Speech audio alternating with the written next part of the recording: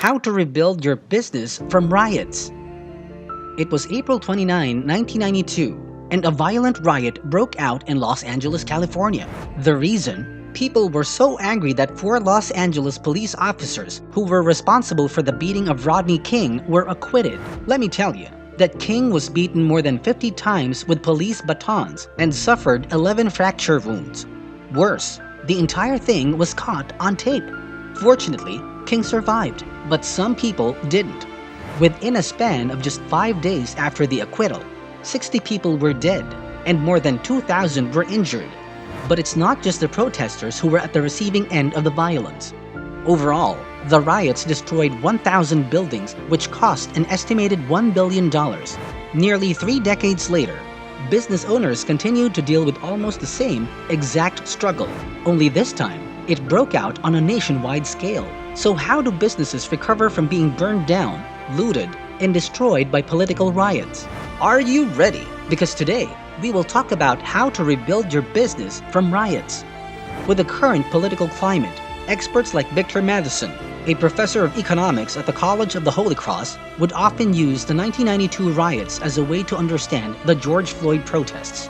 With $1 billion worth of damages, Matheson believed that it almost took business 10 years, yes, 10 years before they were able to recover. Worse, these losses continued even after the riots. In fact, within those 10 years, businesses lost an estimated $5 billion in terms of economic activity. This is mostly attributed to the loss of sales. The truth is, the long-term effects of political riots goes beyond just burned down buildings and ransacked goods. It also affects business confidence.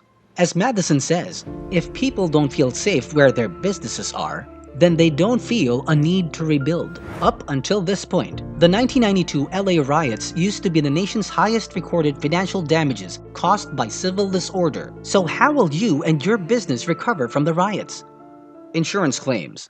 Now, if your business were damaged by the riots, the first step to recovery is filing an insurance claim.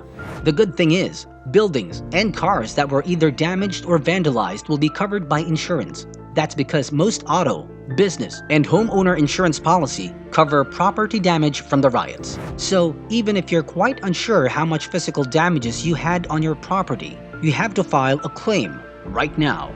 Because the sooner you file a claim, the better, as it will speed up the insurance handling process. If you want to know what to expect, the small business insurance policy usually covers repairs such as windows, doors, light fixtures, even store contents like furniture, office supplies, machinery, and computers. In addition, the insurance company can also cover the cost of boarding up windows and all the things needed to secure your business. Now, you might be asking, if insurance policies can cover the damages from the riots, can it also cover the losses that you had during the coronavirus outbreak?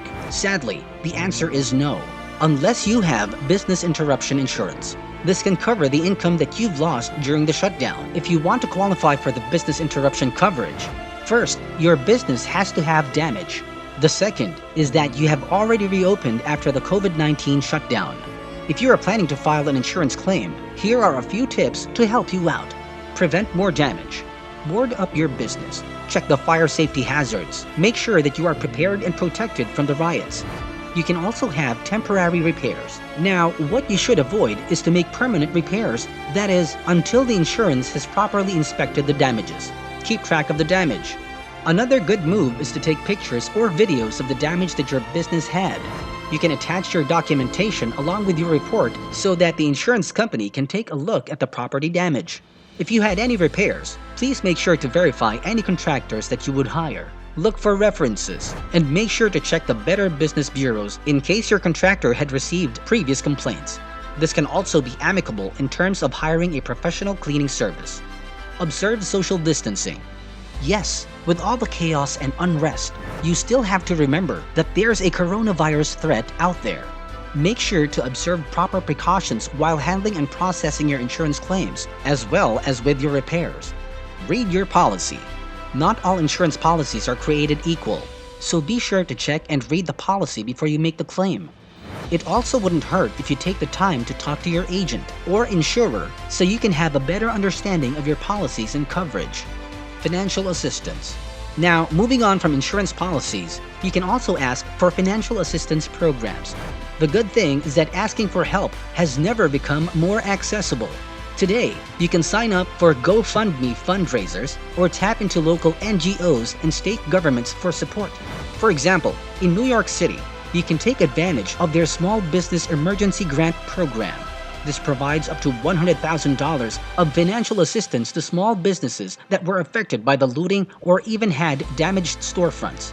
On the other hand, Chicago also announced that they have allotted at least $10 million to help small businesses for their Together Now Chicago's Fund to Rebuild Our Neighborhoods program. Business owners in Minnesota can also ask for assistance, as the government is set to give $300 million economic aid proposal for businesses that are destroyed during the riots. Community support. Now, in these tough times, we also have to remember that the damages weren't just financial. It can also have a psychological impact on the community. So, it's important to get involved in community support groups as well as helping other small businesses to recover. There are programs like We Love Lake Street and the Neighbors United Funding Collaborative in Minneapolis that are collectively helping businesses in Lake Streets to clean up and receive additional funding.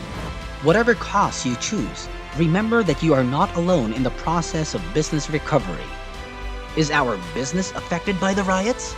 Tell us in the comments below. If you find this video helpful, please give us a thumbs up. And don't forget to like and subscribe to our channel for the latest financial tips and trends.